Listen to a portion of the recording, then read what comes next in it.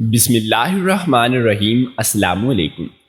میری بڑی بہن اپنے منگیتر کو ناپسند کرتی تھی، اسی لیے عین شادی والے دن ہی میرے آگے ہاتھ جوڑ کر کہنے لگی کہ میری جگہ تم گھونگھٹ دلہن بن کر بیٹھ جاؤ۔ جب تک تمہارا پتہ چلے گا اتنی دیر میں اس شہر سے دور چلی جاؤں گی۔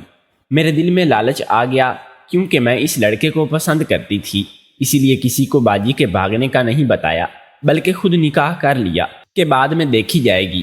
لیکن جیسے ہی شوہر کمرے میں آیا تو اسے دیکھ کر دل دہل گیا، کیونکہ وہ یہ نہیں تھا جس سے میری شادی ہوئی تھی۔ اتنے میں پیچھے سے میری بہن ہنستے ہوئے آئی اور گھر میں شادی کی تیاریاں تھیں، ہر طرف ہنگامہ مچا ہوا تھا اور کرنے والے 100 کام تھے۔ میں ادھر سے ادھر بھاگتی پھر رہی تھی۔ میری بڑی بہن کی شادی تھی اور چھوٹی بہن ہونے کا ناطے ہوئے مجھے سارے انتظامات سنبھالنے پڑ رہے تھے۔ میں پھولوں والے گجرے ڈھونڈ رہی تھی کہ اچانک سے میری چھوٹی کزن مجھے آ کر کہنے لگی کہ تمہاری بڑی بہن تمہیں کمرے میں بلا رہی ہے۔ میں نے سوچا کہ وہ مجھے بھلا کس کام کے لیے بلا رہی ہوگی، بیوٹیشن تو ابھی آئی ہی نہیں، شاید اسے میری کسی مدد کی ضرورت آن پڑی ہے۔ میں جلدی سے بھاگتی ہوئی کمرے میں گئی تو دیکھا کہ کمرے میں تو سوائے میری بہن کے اور کوئی بھی نہیں ہے، اور وہ ابھی تک کپڑے پہن کر تیار ہی نہیں ہوئی تھی۔ میں نے حیرت سے جلا کر کہا کہ بارات آنے میں صرف 1 گھنٹہ رہ گیا ہے اور تم ابھی تک تیار ہی نہیں ہوئی، تم نے یہ لباس کیوں نہیں پہنا؟ تو اچانک وہ میرے قدموں میں بیٹھ گئی اور میرے آگے ہاتھ جوڑ دیے۔ سمجھ نہیں آیا کہ یہ اچانک سے اسے ہو کیا گیا ہے، یہ ایسا کیوں کر رہی ہے۔ میری بہن روتے ہوئے کہنے لگی کہ میں یہ شادی نہیں کر سکتی، میں کسی اور کو پسند کرتی ہوں اور میں ہرگز بھی یہ نکاح نہیں کروں گی، تم میری مدد کرو۔ میں سن کر دنگ رہ گئی تھی۔ میں نے اسے کہا کہ اب کچھ نہیں ہو سکتا، ابھی کچھ ہی دیر میں بارات آتی ہوگی، تمہیں یہ نکاح کرنا ہی ہوگا۔ میری بہن کہنے لگی کہ میں ایسا نہیں کر سکتی، میں اس گھر سے جانے والی ہوں، پلیز یہاں سے بھاگنے میں میری مدد کرو۔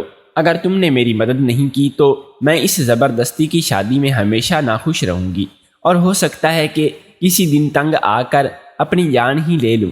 میں گھبرائی گئی اور کہا کہ باجی یہ کیا کہہ رہی ہو، بھلا میں تمہاری مدد کس طرح کر سکتی ہوں؟ مجھے سمجھ نہیں آ رہی تھی کہ عین شادی والے دن ہی یہ ڈرامہ کیوں کر رہی ہے، اور وہ یہ سب پہلے بھی تو کہہ کر شادی سے انکار کر سکتی تھی، مگر منگنی تک اور منگنی کے بعد سے لے کر اب تک وہ بالکل خاموش رہی تھی، اور اس کے کسی بھی حرکت سے ہمیں یہ نہیں لگا تھا کہ وہ اس شادی سے ناخوش ہے۔ اور اب اچانک عین وقت پر اسے یاد آ گیا تھا کہ وہ کسی اور کو پسند کرتی ہے۔ میری بہن میرے ہاتھ پکڑ کر کہنے لگی، دیکھو میں یہاں سے جانا چاہتی ہوں، تم ایسا کرو کہ میری جگہ میرا یہ شادی والا لہنگا پہن کر اور گھونگھٹ نکال کر بیٹھ جانا، کسی کو بھی پتہ نہیں چلے گا کہ تم ہو یا میں ہوں۔ ابھی بارات آنے میں بھی 1 سے 1.5 گھنٹہ باقی تھا، اور جب تک مولوی صاحب آئیں گے تب تک شاید 2 گھنٹے لگ جائیں گے۔ ان 2 گھنٹوں میں اس شہر سے بہت دور چلی جاؤں گی، پھر کوئی چاہے جتنا مرضی میرے پیچھے آئے وہ مجھے نہیں ڈھونڈ سکے گا۔ تمہیں میرے لیے یہ کرنا ہوگا۔ میرا تو دماغ بالکل سن ہو گیا تھا اور مجھے کچھ سمجھ نہیں آ رہی تھی کہ مجھے کیا کرنا چاہیے۔ ایک طرف میری بہن تھی تو دوسری طرف ماں باپ کی عزت، اور میں ہرگز بھی اپنی اماں ابا کی عزت خراب نہیں کرنا چاہتی تھی، اس لیے میں نے اپنی بہن کو صاف منع کر دیا، مگر جب اس نے مجھے دھمکی دی کہ اگر میں نے اس کی بات نہیں مانی تو وہ اسی وقت اپنی جان لے لے گی، تو مجھے مجبوراً میں ماننا پڑا کہ میں نے جلدی سے اس کا لباس پہن لیا اور گھونگھٹ نکال لیا، جبکہ وہ اپنا کپڑوں والا بیگ لے کر پچھلے دروازے سے ہمیشہ کے لیے چلی گئی تھی۔ مجھے بہت ڈر لگ رہا تھا کہ اگر کسی کو پتہ چل گیا تو میرے ساتھ کیا سلوک ہوگا۔ جب مولوی صاحب نکاح کے لیے پوچھیں گے تو میرا نام لیں گے، تب میں کیا کروں گی؟ جس لڑکے کے ساتھ باجی کی منگنی ہونی تھی وہ ہمارا دور کا کزن تھا، اور میں اسے شروع دن سے ہی پسند کرتی تھی، لیکن میں نے اسے کبھی نہیں بتایا تھا کہ لیکن پھر اس کا رشتہ باجی کے لیے آ گیا تو مجھے بہت برا لگا، مگر میں نے اپنے دل کو سمجھا لیا اور باجی کی منگنی وہاں پر کر دی گئی۔ اور اب میں اس شادی کو لے کر بھی بہت افسردہ تھی کہ جس لڑکے کو میں پسند کرتی ہوں اس کی شادی باجی سے ہونے جا رہی ہے اور وہ میرا بہنوئی بننے جا رہا ہے، مگر میں نے حالات سے سمجھوتا کر لیا تھا، لیکن شاید قسمت کو بھی یہ منظور نہیں تھا، کیونکہ اب عین وقت پر باجی بھی گھر سے بھاگ گئی تھی اور اس کی جگہ میں دلہن بنی بیٹھی تھی۔ اچانک سوچتے سوچتے میں چونک گئی کہ کیا ہی اچھا ہو اگر گھر میں کسی کو بھی پتہ نہ چلے کہ باجی بھاگ گئی ہے۔ اگر گھر میں پتہ چلتا تو بدنامی الگ ہوتی اور بارات بھی واپس لوٹ جاتی، جبکہ اگر میں اسی طرح گھونگھٹ نکالے بیٹھی رہتی تو کسی کو بھی شک نہیں ہوتا اور ہمارے ماں باپ کی عزت بچنے کے ساتھ ساتھ مجھے بھی اپنی محبت مل جاتی۔ میرے دل میں لالچ آ گیا اور میں نے سوچا کہ کیا ہی اچھا ہو جائے اگر میں باجی کی جگہ خود ہی دلہن بنی بیٹھی رہوں اور میں ہی رخصت ہو کر اس کے ساتھ چلی جاؤں۔ لیکن پھر میرے ذہن میں آیا کہ اگر شادی کے بعد میں جب رخصت ہو کر اپنے سسرال جاؤں گی اور وہاں جا کر سب کو میرے بارے میں پتہ چلے گا تو کیا ہوگا؟ لیکن میں اس وقت بالکل بھی نہ ڈر اور بے خوف ہو چکی تھی۔ میں نے سوچا کہ جو ہوگا دیکھا جائے گا، آخر ان لوگوں کو بھی تو اپنی عزت بچانی ہوگی نا، تو وہ مجھے راضی خوشی مقبول کر لیں گے۔ اسی لیے میں نے اپنا منہ بند ہی رکھا اور کسی کو بھی شک نہیں ہونے دیا کہ گھونگھٹ کے پیچھے دلہن والے لباس میں بڑی بہن نہیں بلکہ میں ہوں۔ میری اماں مجھے پورے گھر میں ڈھونڈتی پھر رہی تھی۔ میں نے انہیں فون کر کے بتایا کہ میں کاموں میں مصروف ہوں، تو اماں کو بھی تسلی ہوئی اور میری جان بھی سکون میں آئی، ورنہ تو میں اسی ڈر میں تھی کہ کہیں عین موقع پر ہی میری گمشدگی کا ڈنڈورا نہ پھٹ جائے۔ 2 گھنٹے ہو چکے تھے اور میرے خیال میں اب تک باجی شاید شہر کی حدود سے نکل چکی ہوگی۔ میں نے اس کے نمبر پر کال کرنے کی کوشش کی تو نمبر بند جا رہا تھا۔ تھوڑی ہی دیر میں بارات بھی آ گئی۔ میرا دل بہت ہی بری طرح دھڑک رہا تھا۔ ایک بار پھر میری ماں مجھے ڈھونڈنے لگی تو میں نے ہی انہیں پھر سے میسج کیا کہ اماں میرے پیر میں موچ آ گئی ہے، میں مہمانوں کے ساتھ آخر والے ٹیبل پر بیٹھی ہوں، آپ لوگ رسمیں کر لیں۔ مجھے معلوم تھا کہ یہ موقع کی نزاکت ہی ایسی ہے کہ اماں مجھے تلاش کرنے میں وقت ضائع نہیں کریں گی، اور وہی ہوا۔ انہوں نے میرے کہے پارے پر یقین کر لیا اور جس نے میرے بارے میں پوچھا تو اسے یہی کہنے لگی کہ وہ ادھر ہی ہے، اس کے ذرا پیر میں موچ آئی ہے تو یہاں تک نہیں آ سکتی۔ میں نے سوچ لیا تھا کہ اگر بعد میں امی ابا مجھے ڈانٹیں گے تو میں کہوں گی کہ میں تو آپ کی عزت کی خاطر اپنی بہن کی جگہ رخصت ہوئی ہوں۔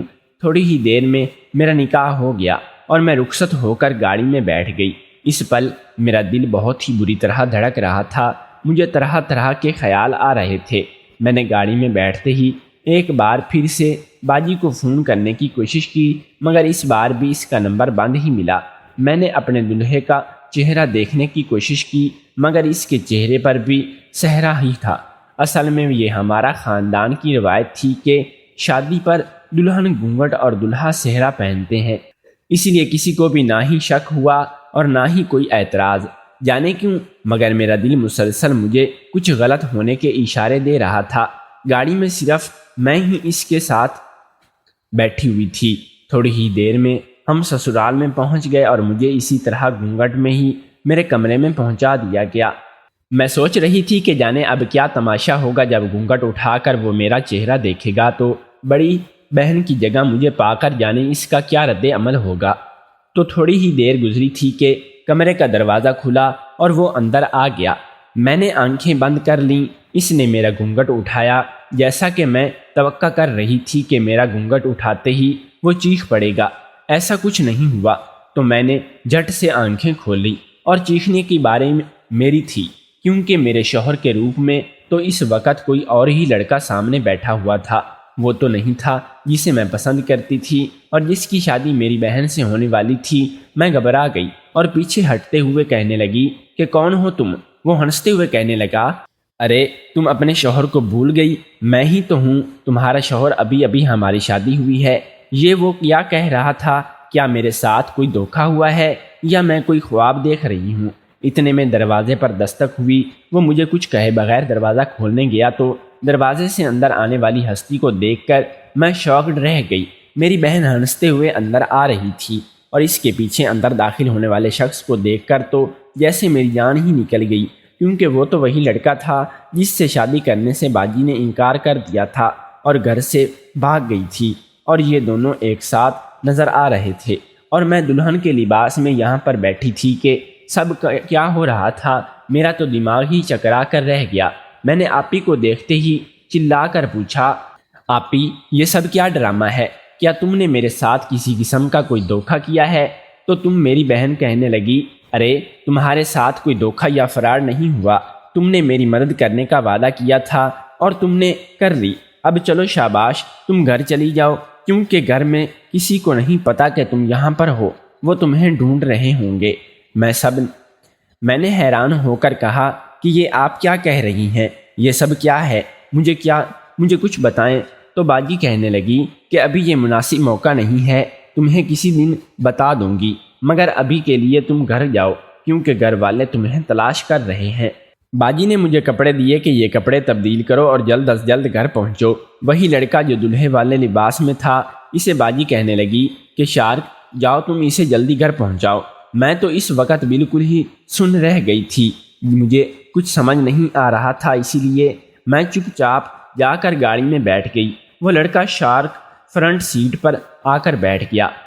میں نے اسے راستے میں بھی پوچھنے کی بہت کوشش کی یہ سب کیا چکر چل رہا ہے، مگر وہ کہنے لگا کہ میں تو خود نہیں جانتا، مجھے جتنا کہا گیا تھا میں تو وہی اور اتنا ہی کر رہا ہوں۔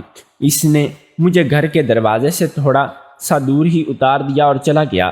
جیسے ہی میں گھر میں داخل ہوئی تو بالکل سامنے ہی اماں اور ابا کو دیکھ کر میں ڈر گئی۔ اب مجھے دیکھتے ہی غصے سے آگے بڑھے اور اماں نے تو مجھے تھپڑ ہی لگا دیا۔ امی غصے سے کہنے لگی کہ تم اتنے گھنٹے کہاں پر غائب تھی؟ میں نے ہر جگہ تمہیں تلاش کر لیا، یہاں تک کہ تمہاری بہن کی رخصتی بھی ہو گئی، مگر تم کہیں نظر نہیں آئی۔ یہ اتنے گھنٹے تم کہاں گزار کر واپس آ رہی ہو؟ میرا تو دماغ گھوم کر رہ گیا تھا۔ اب میں انہیں کیا بتاتی کہ باجی کی جگہ میں رخصت ہو کر گئی تھی۔ اگر میں بتاتی بھی دیتی تو کوئی میری بات کا یقین نہیں کرتا۔ مجھے بالکل سمجھ نہیں آ رہا تھا کہ میں امی اور ابو کی باتوں کا کیا جواب دوں۔ اسی وقت باجی کا امی کو فون آ گیا اور وہ کہنے لگی کہ امی اسے کچھ نہ کہیں، یہ بیچاری تو بڑی ہی جلدی میں نکلی تھی، مجھے بتا کر گئی تھی کہ مگر میں آپ کو نہیں بتا سکی۔ اصل میں اس کی قریبی دوست کا ایکسیڈنٹ ہو گیا تھا اور وہ اپنی آخری سانسوں پر تھی، اس لیے اسے میرے ساتھ شادی میں یوں بیچ میں چھوڑ کر جانا پڑا۔ یہ سن کر امی اور ابو کا غصہ کم ہوا اور انہوں نے مجھے کمرے میں جانے کا کہہ دیا۔ میں سوچ کر پاگل ہو رہی تھی کہ آخر میری بہن کے دماغ میں کیا چل رہا تھا، اور اگر اس نے اسی لڑکے کے ساتھ جانا تھا تو یہ سب ڈرامہ کرنے اور مجھے اپنی جگہ پر رخصت کرنے والا چکر کیا تھا۔ سوچ کر میرا دماغ پاگل ہو رہا تھا۔ وہ لڑکا جو دلہا بنا تھا وہ کون تھا اور وہ کیوں نکاح کرنے آیا تھا؟ اگرچہ نکاح نامے پر میری بہن کا نام تھا اور میں نے دھوکے سے نکاح کیا تھا، اسی لیے اس نکاح کو کوئی حقیقت نہیں تھی، مگر پھر بھی مجھے جاننا تھا کہ باجی نے ایسا کیوں کیا۔ اگلے دن ولیمہ تھا اور ولیمے پر وہ دونوں بالکل ایک نارمل کپل کی طرح ہنسی خوشی مذاق کر رہے تھے۔ کسی بھی طرح سے شک نہیں ہو رہا تھا کہ وہ کیا گیم کھیل چکے ہیں۔ آپی کے چہرے سے تو لگ بھی نہیں رہا تھا کہ وہ اس کو ناپسند کرتی ہے، حالانکہ اس نے تو مجھ سے یہی کہا تھا۔ میں سٹیج پر گئی تو باجی کو دیکھ کر میں نے پوچھا کہ یہ سب کیا ہے، کیا تم مجھے بتانا پسند کرو گی؟ تو وہ کہنے لگی کہ ابھی نہیں، پھر کبھی بتاؤں گی۔ میں نے غصے سے کہا کہ جب بھی تم دونوں کا نکاح نہیں ہوا تھا تو پھر کس حیثیت سے ولیمہ کر رہے ہو؟ میں اس بات پر باجی نے مجھے غصے سے دیکھا مگر کچھ نہیں کہا۔ مجھے اپنے بیوقوف بنائے جانے پر بہت غصہ آ رہا تھا اور میں سوچ رہا تھا کہ کسی بھی حال میں مجھے معلوم کر کے رہنا ہے کہ ان دونوں نے کیا گیم کھیلی ہے۔ میں نے حساب لگایا کہ جب باجی گھر سے نکلی اور جب واپس اور مجھے اپنے سسرال میں نظر آئی تو اس بیچ 5 گھنٹے گزر چکے تھے۔ ان 5 گھنٹوں میں وہ دونوں کہاں تھے اور کیا کر رہے تھے؟ اگر مجھے اس سوال کا جواب مل جاتا تو باقی کی باتوں کی تہہ تک پہنچنا مشکل نہیں ہوتا۔ میں باجی کے سسرال والوں سے باتیں کرنے لگی۔ اسی دوران مجھے وہی کل والا لڑکا شارک نظر آیا۔ معلوم ہوا کہ وہ دلہے بھائی کا بہت ہی اچھا دوست تھا، اس لیے شاید وہ ان کی مدد کرنے کے لیے تیار ہو گیا تھا۔ شاید وہ مجھے کچھ بتا سکتا ہے۔ میں اس کے پاس گئی اور اس سے بات چیت کرنے لگی، مگر وہ بھی بہت ہی چالاک انسان تھا۔ اس نے مجھے کچھ بھی نہیں بتایا، لیکن اس کے جانے کے بعد میری باجی کی نند میرے پاس آ گئی اور اس کو دیکھتے ہوئے کہنے لگی کہ دیکھو نا، کل بھائی اور بھابھی کے لیے اتنی اہم رات تھی، مگر یہ دونوں شارک بھائی کے ساتھ ڈنر کرنے نکل گئے۔ یہ سن کر میں چونک گئی تھی کہ مجھے چھوڑنے کے بعد وہ ان دونوں کو لے کر اگر کہیں گیا تھا تو اس کا کیا مقصد ہو سکتا ہے۔ میں نے باجی کی نند سے پوچھا کیا تمہیں معلوم ہے کہ یہ کہاں پر گئے ہیں؟ تو کہنے لگی کہ نہیں، مجھے کچھ نہیں پتا، ہمیں تو یہی کہہ کر گئے ہیں کہ باہر کھانا کھانے جا رہے ہیں۔ ابا اور امی کو بھی بہت غصہ آیا تھا کہ یہ کیا شادی کی رات بھلا کون باہر جاتا ہے۔ ایک بات تو مجھے علم ہو گیا تھا کہ مجھے یہ معلوم کرنا تھا کہ رات کے اس پہر وہ باہر کرنے کیا گئے تھے۔ ولیمے کی تقریب ان کے گھر میں ہی منعقد ہو رہی تھی، اس لیے جلدی سے اوپر باجی کے کمرے میں آ گئی تاکہ میں کچھ تلاش کر سکوں۔ مجھے ان کے کمرے کی تلاشی لینی تھی تاکہ میں جان سکوں کہ وہ دونوں کیا کرتے پھر رہے ہیں۔ مجھے اس لیے بھی غصہ آ رہا تھا کیونکہ مجھے لگ رہا تھا کہ شاید باجی کو شاید میرے جذبات کے بارے میں علم تھا اور اس نے میرے انہی جذبات کا استعمال کر کے مجھے بے وقوف بنایا، اور وہ جانتی تھی کہ اگر میں دلہن بنوں گی تو شاید میں اپنی محبت کو پانے کی خاطر رخصت ہو جاؤں گی، اور ظاہر ہے کہ ان لوگوں کا گھر بھی دور تھا، جانے میں ہی تقریباً 1.5 گھنٹے کا سفر تھا کہ اس سارے عرصے کے دوران اسے وقت مل گیا کہ وہ کر سکے جس کی خاطر وہ گھر سے غائب ہو جائی تھی۔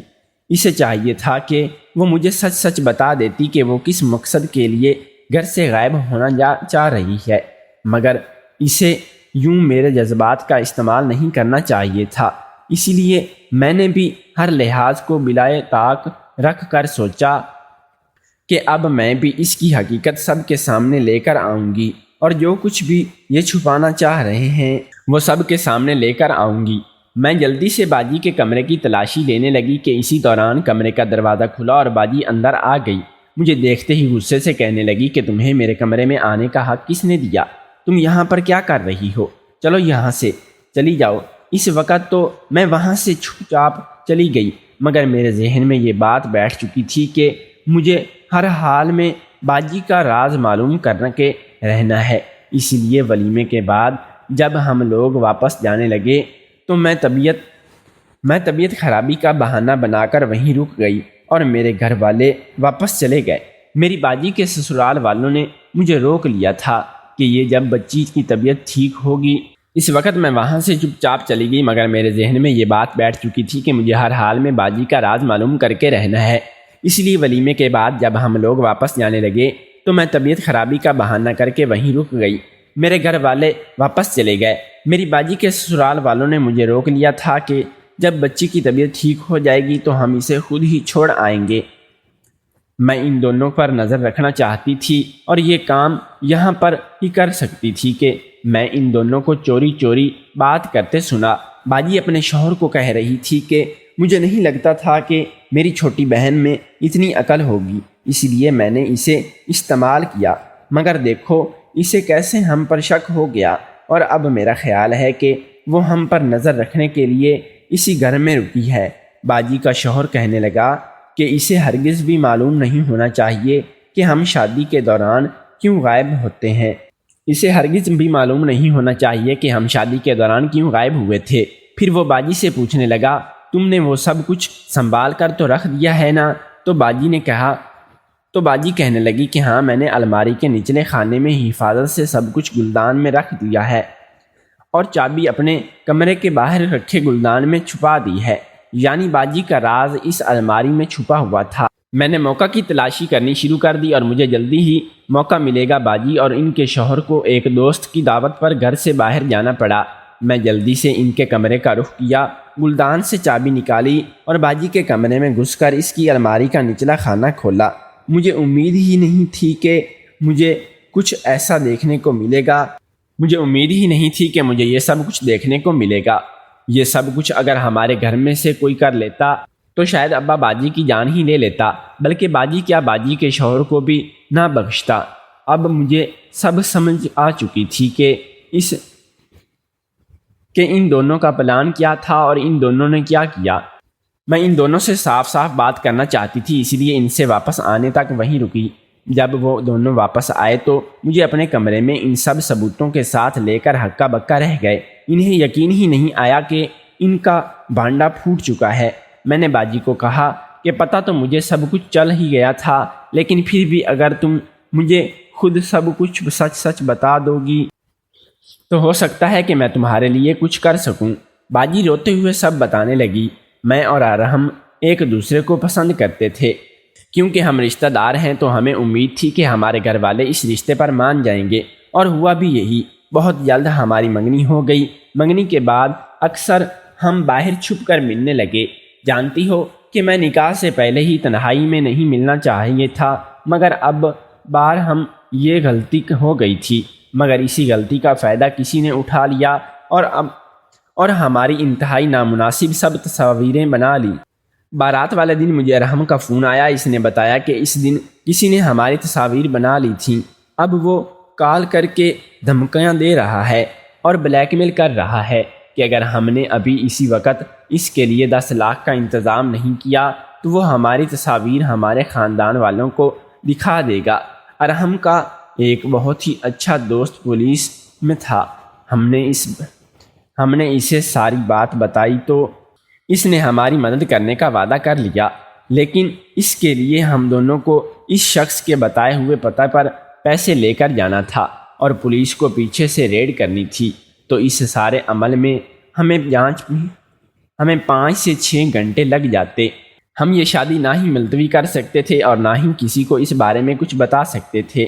اس لیے ہم نے یہ پلان بنایا کہ ارحم نے اپنی جگہ شک اور میں نے اپنی جگہ تمہیں دلہن بنا دیا۔ میں جانتی تھی کہ تم ماں باپ کی عزت بچانے کی خاطر ضرور رخصت ہو جاؤ گی، اور میں یہی چاہتی تھی کہ سب کچھ ویسا ہی ہو جیسا ہم نے سوچا تھا۔ اس لیے ہم نے یہ پلان بنایا اور ارحم نے اپنی جگہ شارک اور میں نے اپنی جگہ تمہیں دلہن بنا دیا۔ میں جانتی تھی کہ تم ماں باپ کی عزت بچانے کی خاطر ضرور رخصت ہو جاؤ گی، اور میں یہی چاہتا تھا سب کچھ ویسا ہی ہوا جیسا ہم نے سوچا تھا۔ اس سارے عرصے کے دوران پولیس نے چھاپا مار کر نہ صرف ایک شخص سے ہماری تصاویر وغیرہ نکلوا لی بلکہ انہیں ڈیلیٹ بھی کر دیا۔ سارے کاموں سے فارغ ہو کر پھر ہم گھر واپس آ گئے۔ میں نے پھر سے اس لیے تو تمہیں گھر بھجوا دیا کہ اب تمہاری ضرورت نہیں تھی۔ جب شارک تمہیں چھوڑ کر آیا تو اس نے ہمیں کہا کہ آپ چونکہ ہم دونوں کا نکاح نہیں ہوا تو پہلے ہمیں نکاح کرنا چاہیے، اس لیے وہ ہم دونوں کو لے کر مسجد میں چلا گیا۔ یہاں ہمارے کچھ اور دوست بھی تھے۔ یوں گواہوں کی موجودگی میں ہم نے پھر رات کو نکاح کیا۔ سب کچھ سن کر میں حق دق رہ گئی تھی۔ مجھے الماری سے ان کا نکاح نامہ ہی ملا تھا جس پر رات کا وقت درج تھا، اور ساتھ ہی ساتھ مجھے ان کی کچھ تصاویر بھی ملی تھیں جس کو شاید تلف کرنے کا انہیں بھی موقع نہیں ملا۔ میں سوچ رہی تھی کہ شاید باجی کو میرے جذبات کا علم تھا، مگر شکر ہے کہ اس نے صرف یہی سوچا تھا کہ میں ماں باپ کی عزت بچانے کی خاطر رخصت ہوں، یہ نہیں سوچا تھا کہ میں اپنی پسند کو پانے کے لیے رخصت ہوں گی۔ اب چونکہ وہ میری بہن کا شوہر اور میرا بہنوئی تھا، اسی لیے میرے لیے قابل احترام بھی، تو میں نے اپنے دل کو سمجھا لیا اور میں ان دونوں کو شادی مبارک دے کر گھر واپس لوٹ آئی۔ اگر ہماری سٹوری اچھی لگی ہو تو کمنٹ کر کے ضرور بتائیے۔